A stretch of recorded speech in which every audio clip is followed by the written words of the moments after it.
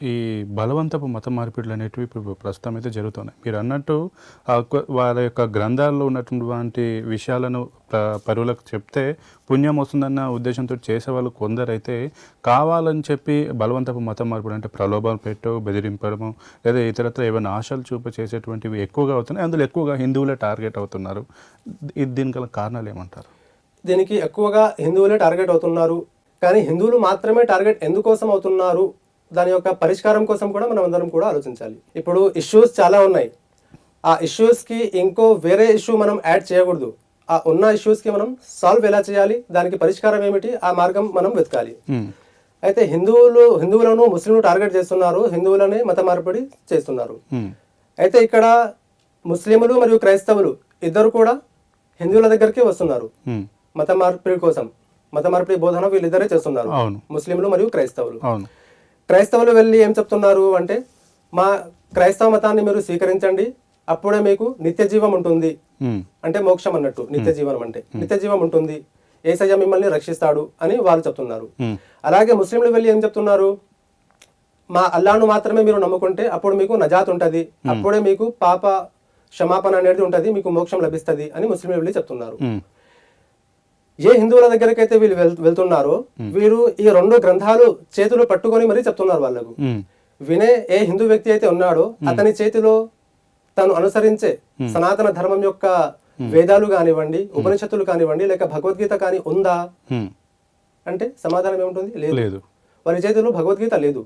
భగవద్గీత వారు చదవట్లేదు హిందువులు పూర్తిగా. అందరూ చదవట్లేదు అని నేను ఖచ్చితంగా చెప్పలేను. చాలా మంది చదివేవారు కూడా ఉన్నారు.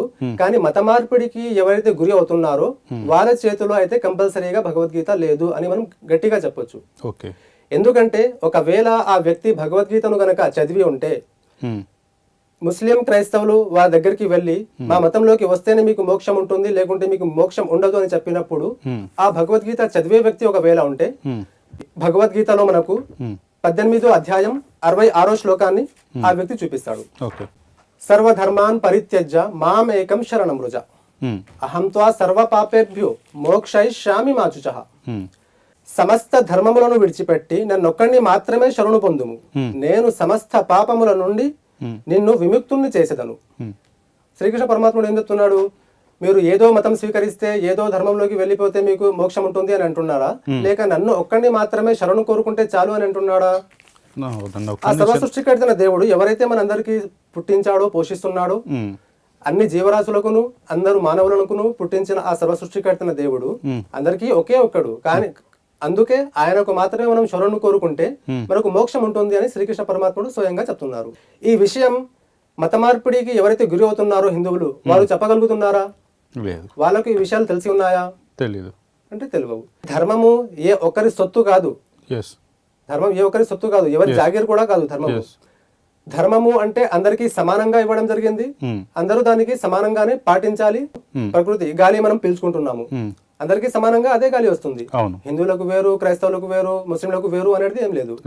అలాగే ఏ వెలుతురు, ఏ సూర్యచంద్రుని మనం ఏదైతే వెలుతురు తీసుకుంటున్నామో అందరం కూడా సమానంగానే తీసుకుంటున్నాము.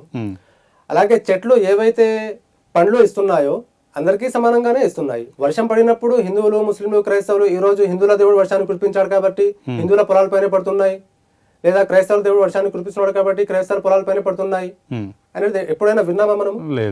అసలు వినలేదు. ఇది ప్రకృతి ధర్మము. ప్రకృతి ఫస్ట్ నుంచి లాస్ట్ వరకు అదే ధర్మాన్ని పాటిస్తుంది. ధర్మాన్ని తప్పుతున్నది ఎవరు అంటే కేవలం మానవుడు మాత్రమే. జంతువులు కూడా ధర్మాన్ని పాటిస్తున్నాయి ఫస్ట్ నుంచి ఇప్పటి వరకు. మానవుడు మాత్రమే ధర్మాన్ని విడిచిపెట్టేస్తున్నాడు. కనుక అందరూ కూడా ఇచ్చింది ఒకే ధర్మము, ఆ సర్వ సృష్టికర్తైన దేవుడు.